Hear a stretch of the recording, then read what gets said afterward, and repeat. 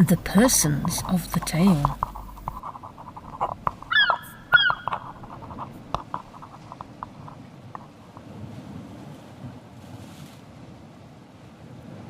After the 32nd chapter of Treasure Island, two of the puppets strolled out to have a pipe before business should begin again, and met in an open place not far from the story.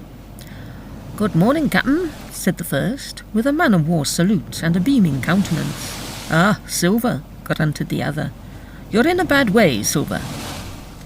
"Now, Captain Smollett," remonstrated Silver, "duty is duty, as I knows, and none better, but we're off duty now, and I can't see no call to keep up the morality business." "You're a damned rogue, my man," said the captain. Come, Captain, be just," returned the other. "There's no call to be angry with me in earnest. I'm only a character in a sea story. I don't really exist."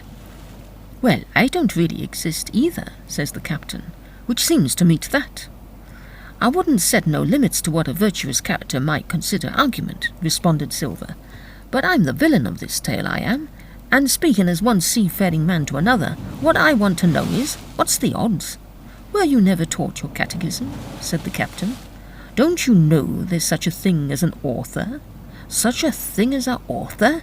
returned John derisively. "And who betting me? And the point is, if the author made you, he made Long John, and he made Hans, and Pew, and George Merry. Not that George is up to much, for he little more than name. And he made Pint, and he made Flint, what there is of him, and he made this here mutiny you keep such a work about, and he had Tom Redruth shot, and well, if that's a author, give me Pew." "Don't you believe in a future state?" said Smollett. "Do you think there's nothing but the present story paper?" "I don't rightly know for that," said Silver, "and I don't see what it's got to do with it anyway. What I know is this, if there is such a thing as an author, I'm his favourite character. He does me fathoms better than he does you, fathoms he does, and he likes doing me. He keeps me on deck mostly all the time, crutch and all, and he leaves you measling in the hold, where nobody can't see you nor wants to, and you may lay to that. If there is an author, by thunder, but he's on my side, and you may lay to it." "I see he's giving you a long rope," said the captain, "but that can't change a man's convictions. I know the author respects me, I feel it in my bones. When you and I had that talk at the blockhouse door, who do you think he was for, my man? And don't he respect me?" cried Silver. "Ah, you should have heard me putting down my mutiny, George Merry and Morgan and that lot no longer ago last chapter. You'd heard something then. You'd have seen what the author thinks of me.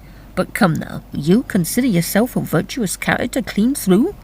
"God forbid," said Captain Smollett solemnly. "I am a man that tries to do his duty, and makes a mess of it as often as not.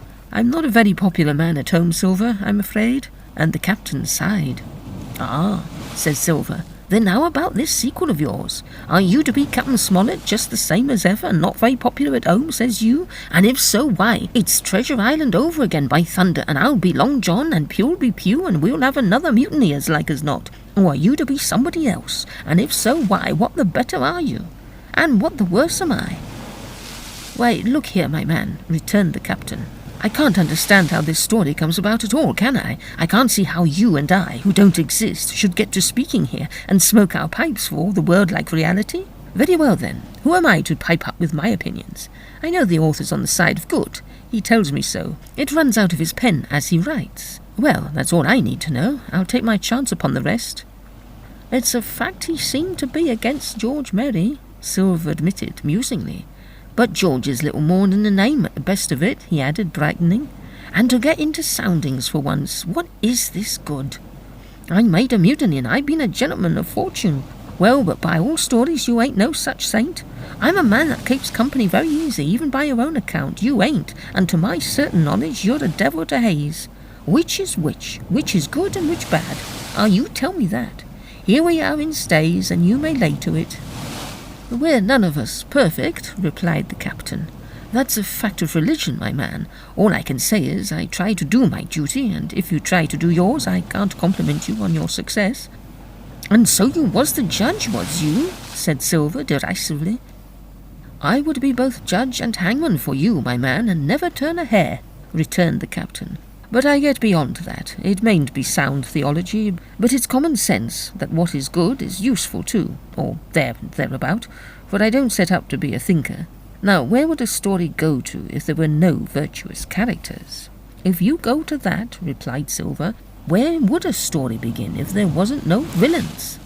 Well, that's pretty much my thought, said Captain Smollett.